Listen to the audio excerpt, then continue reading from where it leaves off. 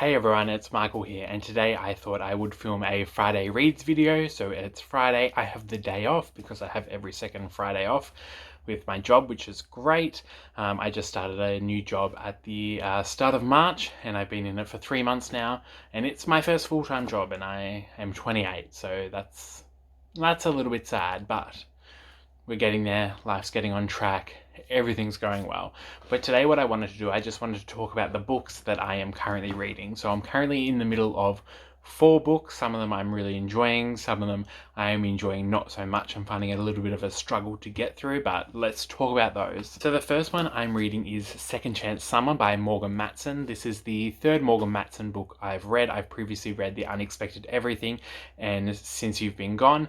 I think Second Chance Summer, I'm about 300 pages into it now. I think it is my least favourite of Morgan Matson's books. I find all of her books very similar in the themes. They all involve family and friends and sort of the relationships between these people.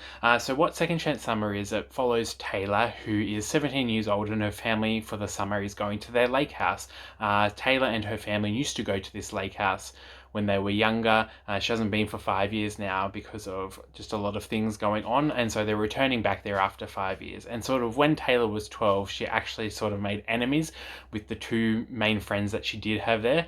So she's going back, meeting them again, reconnecting with them, and sort of rediscovering their friendships and things like that. There's also a subplot of her and her relationship with her father. He's actually sick at the moment, so that's why the family has decided to go back to the lake house to spend one great last summer together.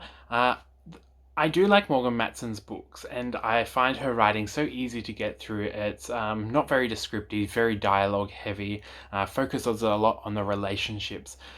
But it's never going to be a 5-star read for me. And I know that going into her books, I'm never going to give them 5 stars, but I find them really easy to read. They're very comforting, especially in the times like we're in now. Just picking up something that's really comforting and easy to read is just honestly a great thing you can do for yourself and your mental health. So I am liking Second Chance Summer, but it's definitely not going to be a 5-star read for me. And I knew that going in, so that's fine. The next book I am reading is one that I've actually been trying to get through for a while, and it's from one of my favorite authors.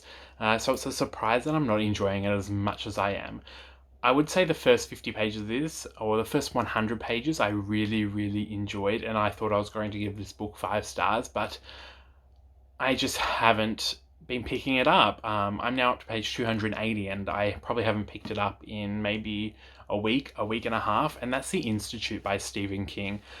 So Stephen King is one of my favorite authors, and his newer stuff probably doesn't resonate with me as much as his older stuff. I think his older writing was a lot better. The description was a lot better. His characters were a lot more interesting and developed and layered. In The Institute, the first 50 pages I really love. So we're following this police officer, and he was on a holiday in Florida, and he was trying to make his way back up to New York in the opening scene. And the flight attendant says, "I'll give $2,000 to anyone who will get off this flight because we're overbooked." And so he decides, okay, I'll get off this flight. I'll find another way back up to New York. And so he sort of slowly makes his way back up to New York from Florida. And there he goes into this small town. And he ends up getting a job working for the police. And it sort of follows his story there, and just what he's getting up to, getting used to the town, getting acquainted with everything that's going on there, and getting used to this new job. And after that 50 pages, we're then thrown into the main story, which follows Luke, who is this 12, 13-year-old boy who has been kidnapped from his parents and been taken to this institute in Maine.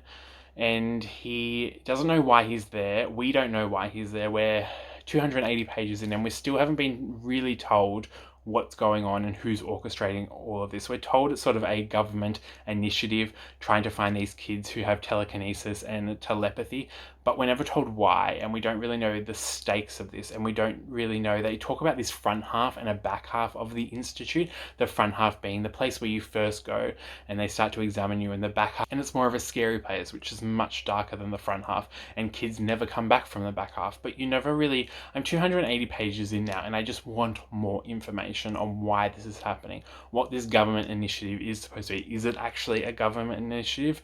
What's happening to these kids who are going to the back half? I feel like we're getting no answers, and it's starting to frustrate me a little bit because I feel like I can't connect with the characters because I don't really know the stakes that they're at. We know something bad is going to happen, and we know that I guess the stakes is their life, but we don't know why. And that's something I feel like I need in my books, is to understand why, so then I can resonate with the emotions the characters are feeling.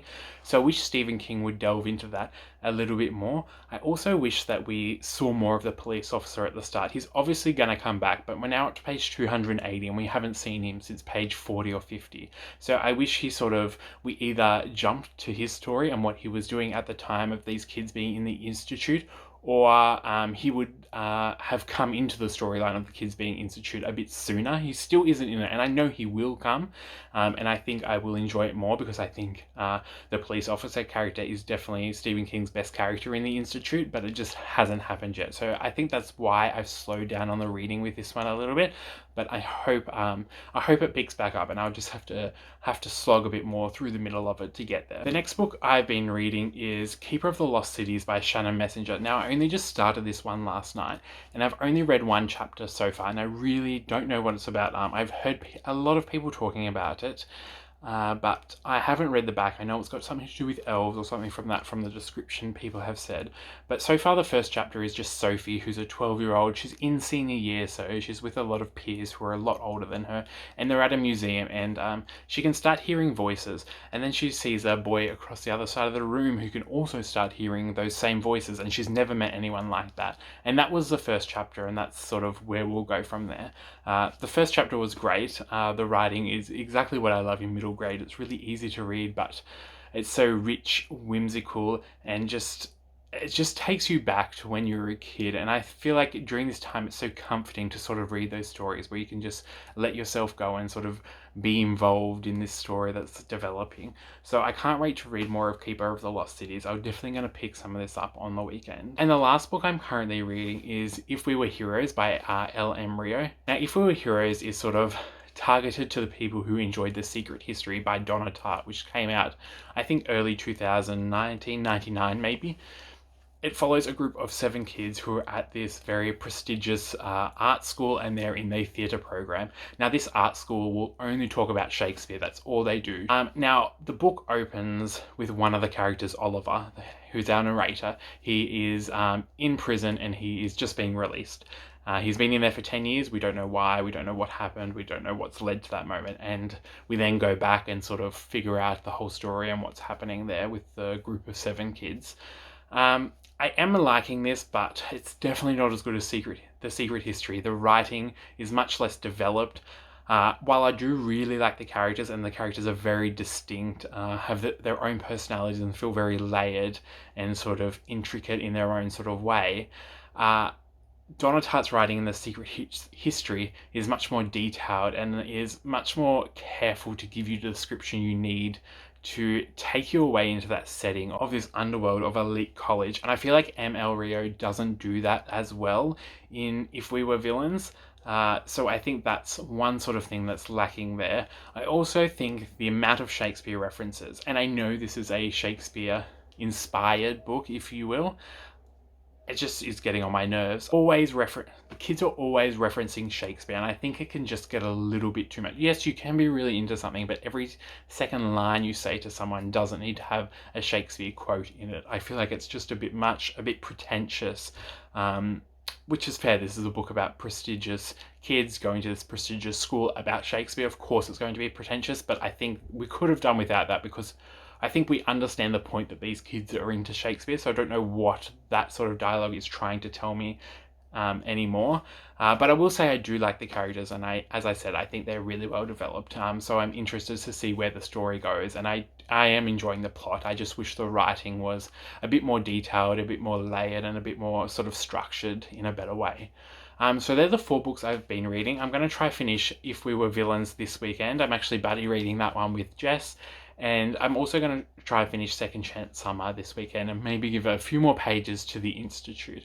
I don't want to DNF it at this point because I want to see how it will develop. Hopefully we will get some answers, but yeah, we'll see.